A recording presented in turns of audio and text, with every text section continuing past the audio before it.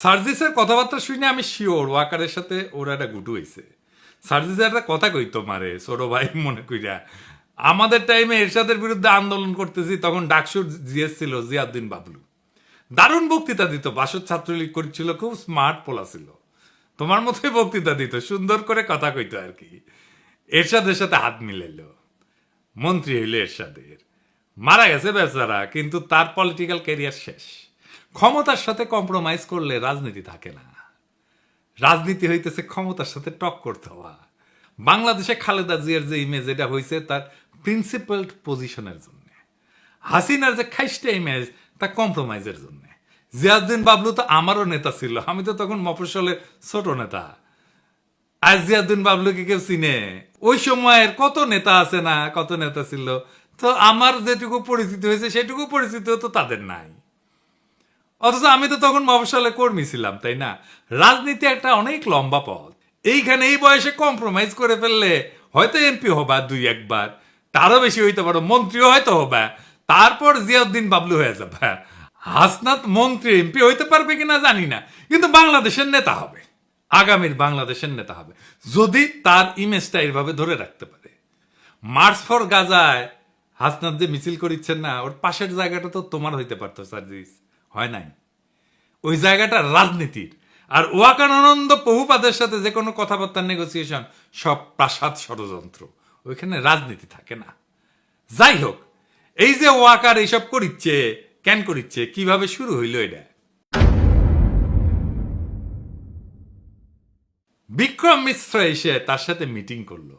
আসছিল বিক্রম মিশ্র বাংলাদেশে, তারপরে হাওয়া, ওর খোঁজ পাওয়া যাচ্ছে না কয়েক কয়েক ঘন্টা। তারপরে দেখা গেল ওয়াকারের সাথে মিটিং করেছে, এবং এই মিটিং কোনো শিডিউলে করা মিটিং না, কোনো আগে থেকে ঠিক করা মিটিং না, হুট করে মিটিংটা কইরা চলে গেল। তারপরে খালেদা জিয়ার সাথে দেখা করলো ওয়াকার। এটাই হইতেছে মূল খেলা ঘোরানোর ইভেন্ট। এইখানেই ওয়াকার, বিএনপি আর ইন্ডিয়া তিনজন এক লাইনে আসে। ওয়াকার হইয়া ওঠে বাংলাদেশে ইন্ডিয়ার পিভট। মানে সাইকেলের চাকা দেখেছেন না তো, সাইকেলের চাকা স্পোক গুলা যে লেগে থাকে যে মাঝখানে, ওই যে ইয়ের কাছে, ওই গোল ইয়ের কাছে, ওটাই হইতেছে পিভট, বুঝছাও? তো বিএনপি তো এইটা পিভট হয়ে উঠছে ওয়াকার।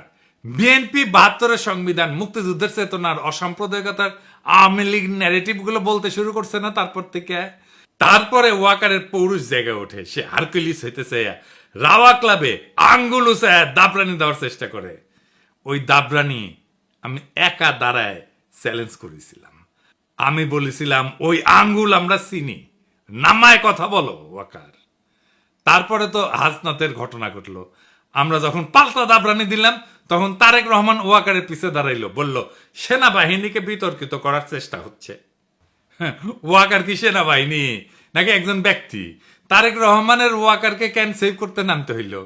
ওয়াকার তো নিজেই বিতর্কিত কাজ করতেছে, একটা দুইটা না, অসংখ্য। বিক্রম মিশ্র হাওয়া হয়ে গেল কয়েক ঘন্টার জন্য, তারপরে জানা গেল ওয়াকারের সাথে মিটিং। একটা রেসপন্সিবল রাজনৈতিক দল হিসেবে তো তারেক রহমানের ওয়াকারকে প্রশ্ন করা উচিত ছিল, বিক্রম মিশ্রের সাথে কি আলাপ, কি কথা তাহার শোনে। এই মিটিং তো শিডিউলের বাইরে ছিল। শয়তানির পর শয়তানি করে যাবে, কিছু কওয়া যাবে না, বললেই সেটা সেনাবাহিনীর বিতর্কিত করার চেষ্টা হবে।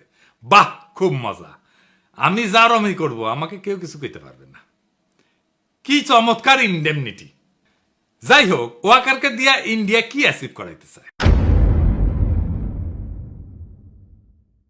প্রথম, হাসিনার বিচার যেন বন্ধ করতে পারে। 2 নাম্বার, আওয়ামী লীগকে যেন নির্বাচন করতে দেওয়া হয়, সেজন্য ওয়াকার ইনক্লুসিভ নির্বাচনের কথা কয়। 3 নাম্বার, আওয়ামী লীগ যেন পুনর্বাসিত হয়। এই জন্য ওয়াকার যত নড়াচড়া করবে, ততই রাজপথে আওয়ামী লীগের মিছিল বেরোবে, বড় হইতে থাকবে এই মিছিল, এর ওর বাসায় যে আগুন দেবে। আর ফাইনালি আওয়ামী লীগকে যদি ফেরানো নাই যায়, তাইলে আওয়ামী লীগ ইন্ডিয়ার হইয়া যে রোলটা প্লে করেছিল, সেটা যেন বিএনপি করে, আবার যেন ইন্ডিয়ান রাজত্ব কায়েম হয় বাংলাদেশে।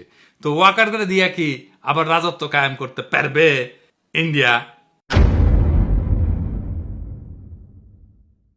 স্বপ্নে পারতে পারে, স্বপ্নে তো কত কিছুই খাওয়া যায়। 1/11 আমেরিকায় কু করাইছিল না, তারপরে বাংলাদেশকে তুলে দিছিল ইন্ডিয়ার হাতে। ইন্ডিয়ার নিজের একার কিন্তু হ্যাডম হয় নাই বাংলাদেশের উপরে দখলদারি কায়েম করার। ইন্ডিয়ার বাপেরও সাধ্য নাই বাংলাদেশে আবার দখলদারি কায়েম করে।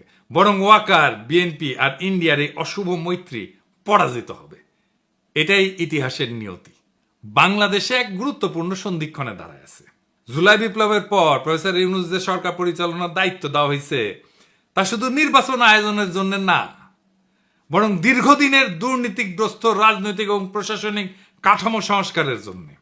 টাইম ম্যাগাজিন তার দুনিয়ার সবচাইতে প্রভাবশালী ব্যক্তিত্ব বলে স্বীকৃতি দিছে।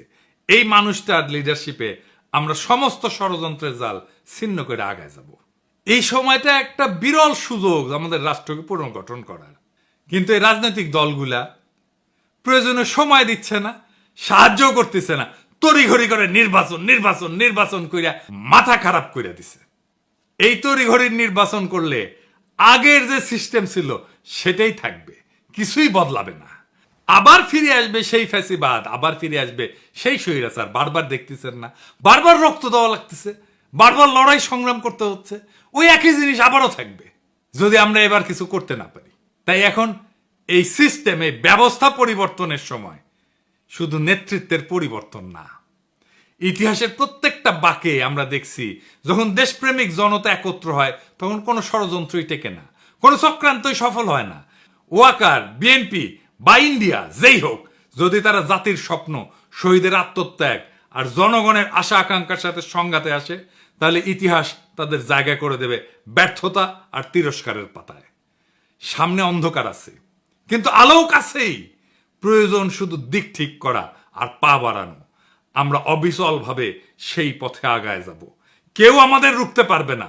নতুন বাংলাদেশ আমরা গড়বই, দ্বিতীয় স্বাধীনতাকে আমরা পরাজিত হতে দেব না। ইনকিলাব জিন্দাবাদ।